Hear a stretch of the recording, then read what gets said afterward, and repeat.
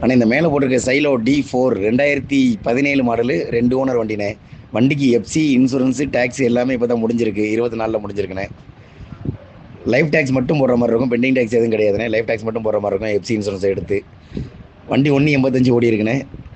AC, power steering, power window, 4 door power window, central lock, back wiper எல்லாமே வந்துடும். Roof AC வந்துடும்ண்ணே.